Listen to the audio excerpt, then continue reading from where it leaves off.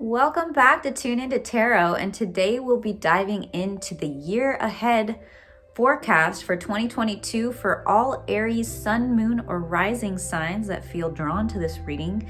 This will be relevant for you. So without further ado, let's tune into tarot for the year ahead. So coming up in January, we have the energy of the Six of Cups, which is a very sweet, nostalgic energy of childhood memories or someone from the past that you are friends with that's becoming a romantic connection, or it can be kind of the soulmate energy as well. It's very loving, very sweet, very harmonious. It could be interacting with your children or with other people's children or with children in general. And it's just a pleasant time where you're having possible adventures or reminiscing about the past, or just having a sweet exchange of love and words and memories and fun. And it also could be a family reunion of some kind, I'm sensing. But some sweet memories from the past. Perhaps you're reconnecting with an old friend and you're or going to your hometown and going to your old stomping grounds, or going to the town you went to college, or interacting with your college roommates or something. Some kind of reconnection with the past in some significant way is coming in January.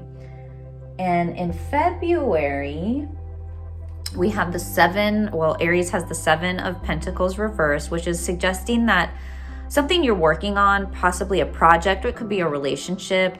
It could be your investments are not showing you a return. It's not yielding you the results that you were expecting or anticipating.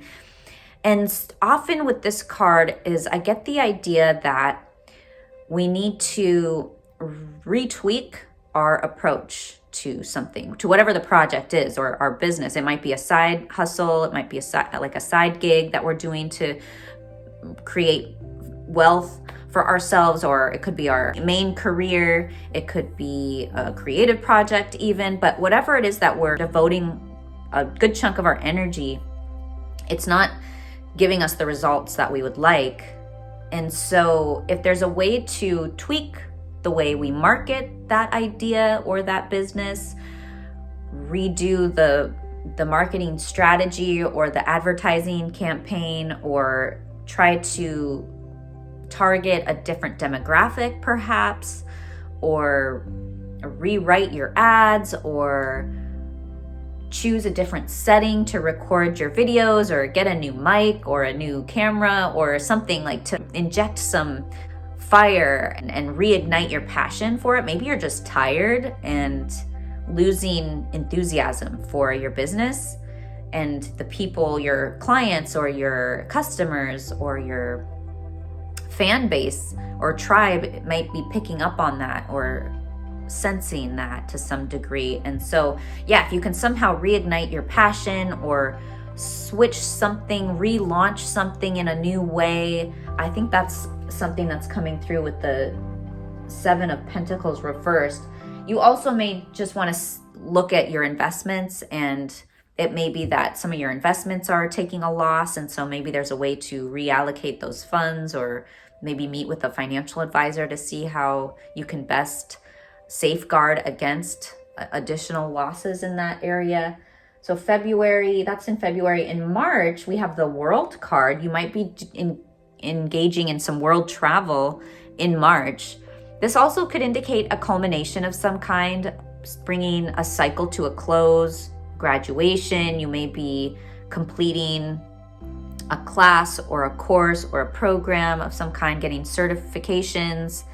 You might be just, sometimes in a relationship, we kind of go through these different cycles, and there might be a cycle within, or a phase within your relationship that's coming to a close, and you're beginning a new cycle or a new phase that begins this maybe deeper level of commitment or a different arrangement within your relationship. But it's, anytime you bring something to a close, usually there's a new beginning, and an ending brings a new beginning. So there may be a shift in your world in March. If you're not doing any world travel, you may just be picking up on a shift that's happening where some phase of your life or cycle is coming to a close, and there's a new way that part of your life is emerging. In April, we've got the King of Wands reversed. And the King of Wands typically is a good leader, and he's a visionary. He's able to enlist the help of others to bring his ideas and his vision to fruition. So in the reverse position, I'm seeing that there's some struggle or challenge in bringing a vision to life.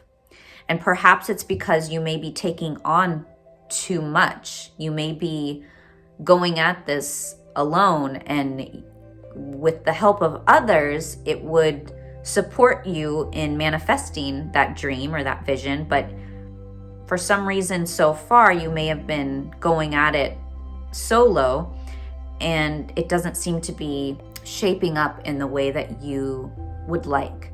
So the message here is to garner the support and the help of others, hire work out. Maybe you even need support in other parts of your life. For example, hiring a caretaker. Well, not a caretaker, but yeah, I mean, in some instances that might be relevant. Hiring a nanny, hiring a babysitter or a housekeeper, or hiring a chef, a cook, someone who does meal planning for you, outsourcing the help to support your life so that you can focus your energy. But I think it has more to do with hiring people who are proficient in certain roles within your business or creative project, or even in your relationship. Maybe there are ways to hire work out so that you're not having to devote your energy to those areas, and those people are more proficient in those particular areas so they can do it better than you and really bring this vision to life. So whether your vision is just having a happy home life, there are different ways to outsource that help, right? Like I said, housekeeper, a chef, a nanny, someone to repair certain things within your home. If it's your business, certainly there are ways to hire out help, someone to manage your website or your property. If you own property, maybe you, instead of being a sole landlord, maybe you can hire a property management company to take care of that, right? So there are different roles that are revealing themselves in April that would be better suited for others to really bear the brunt of that work versus you taking it on yourself, is what I'm seeing with this. That was kind of the long-winded way of explaining that. But with the King of Wands reverse, you also just might be very drained energetically. You may be losing passion, maybe even passion for your career, or passion within your relationship, or passion within whatever projects you've been working on. And so part of that is injecting, even with the Seven of Pentacles reversed, as I see this, if you can retweak or launch something in a new way, you can inject that passion back into it. So maybe that's something that's kind of woven into this first quarter or so of the year. Now, by May, you've got the Devil card. Okay, so this is a toxic attachment that you're unable to shed. And certainly this could be within a relationship. It could be a toxic relationship, possibly from the past that's come back with the Six of Cups earlier in the year. It could be a diet or lifestyle that is not the healthiest. Maybe you're eating certain foods that are not supportive of your well-being. Maybe you are dependent on certain substances, perhaps, that are not supporting you.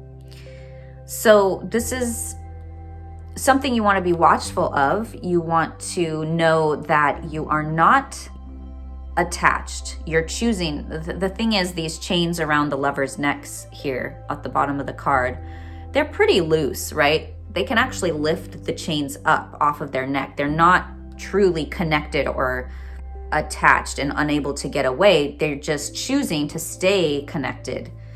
So you have the choice and the ability to leave this toxic attachment. You may need to do some work on it. You may need to see a therapist or do some hypnosis and work through it and process it, but you're not trapped. You're just choosing to remain attached to this toxic presence in your life that seems to be rearing its ugly head in May.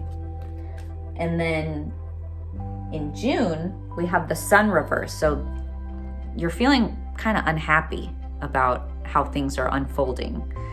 In June, it looks like you may be struggling to find the energy or find the happiness or find the childlike joy.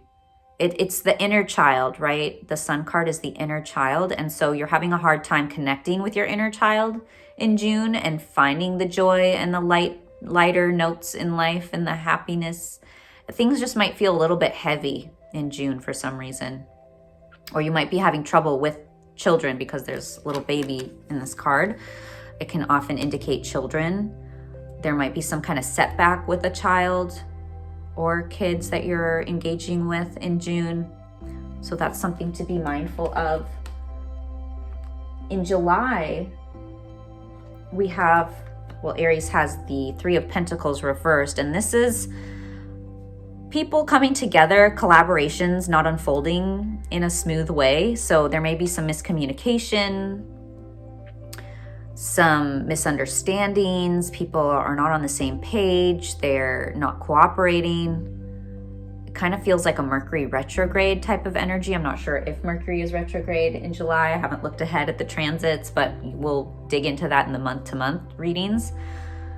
But it does seem like you'll need to be patient in July because things don't seem to be unfolding in a smooth way or in a logical way or in a methodical way. Things just feel very mismatched, and I kind of see it as like when you're building something or laying groundwork or laying tiles, that they're not laying flush. They're like a little bit off center or not quite aligned properly. So there's some misalignment happening in July. So we've got a little bit of a streak of frustrating energy for our Aries. So that's July. In August, we've got the Queen of Cups reversed. Queen of Cups reversed can be a bit closed off from their emotions. And it may just be that you've been going through some frustrating times, and so you only have enough bandwidth for yourself and and sort of the few relevant areas of your life that you can focus your attention. So it's like your cup is not full. You don't have a lot of extra energy, love, and support to give to others. So you're only holding on to that, the bare minimum. You're just getting by with the little energy and love and support you can muster within yourself right now, because it looks like you've been going through a lot, trying to shed some toxic attachments and dealing maybe with some disruptions within the life of your child. And maybe there's some cooperation issues that are being tested in July. And then in August, you're just trying to recover. And I see this as really focusing on yourself and showing yourself love and trying to build up that, refill your cup. You're putting your heart above your head. So you're maybe reacting to things emotionally and not responding to them logically. So you may see that you might be even more emotional than normal in August, more reactive, more sensitive. And then in September, you've got the 10 of Wands. This is a heavy energy. This is you taking on a lot of weight, a lot of responsibility, and you're almost to the finish line. So I feel like things will be coming to a close, or not coming to a close so much, but you'll be coming to a major accomplishment or a milestone. But you have a few more steps to take with this situation that you've been dealing with. It seems like possibly involving your kids or children. So you're getting there. It's a lot to carry. It's a lot to handle. It's a lot on your plate. It's a burden, but you're almost to the end. You can see the light at the end of the tunnel. That's in September. So in October, then you have the Six of Swords reversed. And this is a transition that is needing to unfold, but it's being met with resistance. It's needing to leave behind a situation that feels very oppressive or restrictive, and moving into a space that feels a lot more supportive and expansive and free for you to express yourself. But you're anchored to this former situation. You're carrying a lot of baggage from this former situation, and you're sort of stuck in between. It seems like between something you're trying to let go, but you haven't yet quite stepped into this new space. So it may be that you're leaving a relationship behind that may have started back in March, April, May. The toxic attachment in May have triggered this unraveling of a relationship or some kind of situation that you're now come in October sort of stuck in the middle. Like you haven't quite fully let go of it, that toxic attachment, but you haven't quite moved into whatever this next phase of your life is or what it has to offer you. So you're sort of in this threshold between those two spaces. But there is some kind of resistance here, and it's a bit of a tumultuous journey, to be honest, with the Six of Swords reversed. So, but there is, I think this is usually a woman with her child in the boat here. So I keep getting the sense that it has to do with a child, that there's some kind of transition with your child that's not going very smoothly. Maybe it has to do with school, or maybe relocating, like a move. That's in October. But there's some kind of transition that you're sort of stuck between a point A and point B, and you're trying to leave point A behind, but you haven't quite been invited into point B, so you're just sort of stuck between them. In November, though, we do get the Nine of Pentacles, which is a lovely, lovely energy. It's like the Empress of the minor arcana. And she is very independent and self-sufficient and very confident and beautiful and attractive, and has a lot of wealth, it seems. And so you're doing well financially, it seems, in November. You feel good about yourself. You feel good about your accomplishments.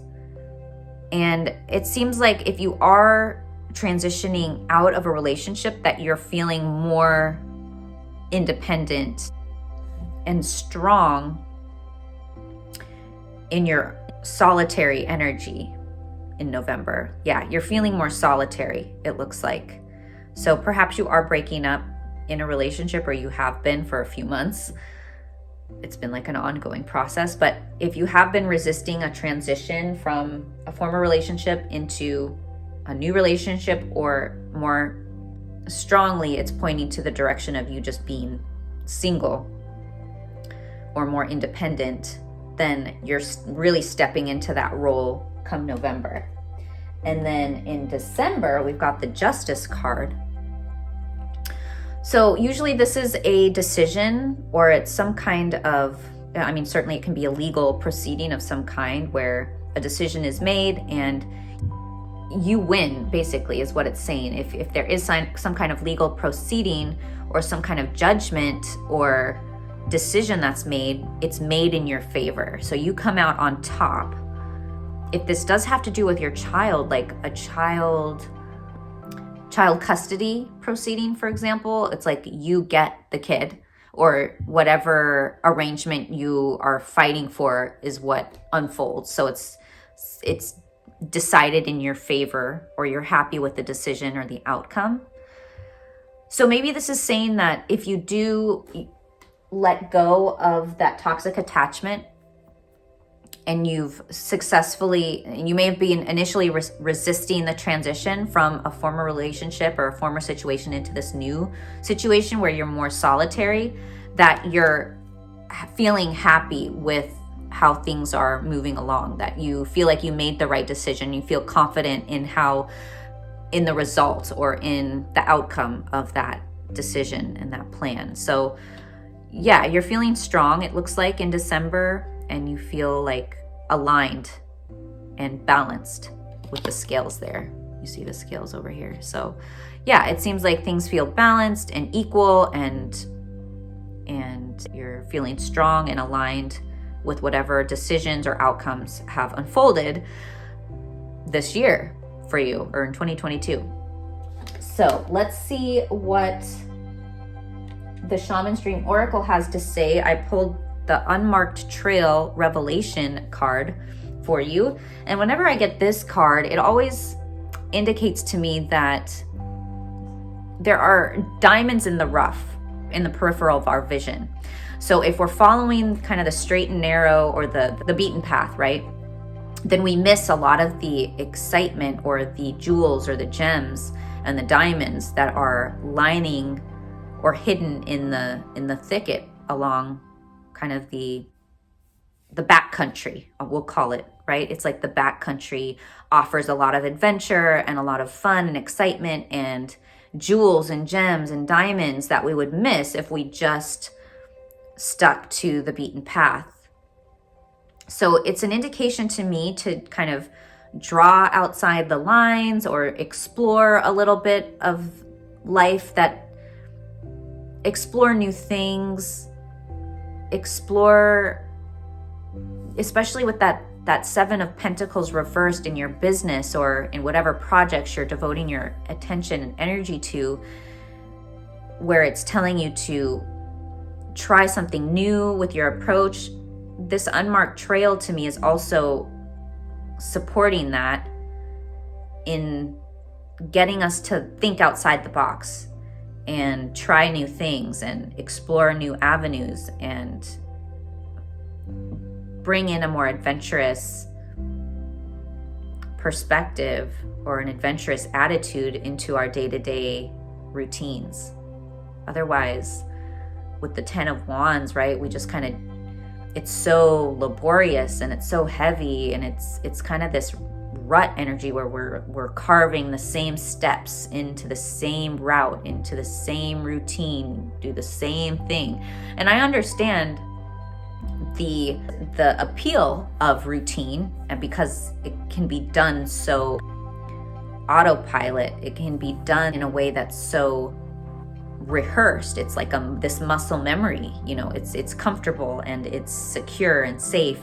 But I feel like, to lighten up the energy of this year, if you can take into 2022 this idea of exploration and curiosity, and just looking around you versus just looking straight ahead, I think that's where you will find some really exciting gems this year.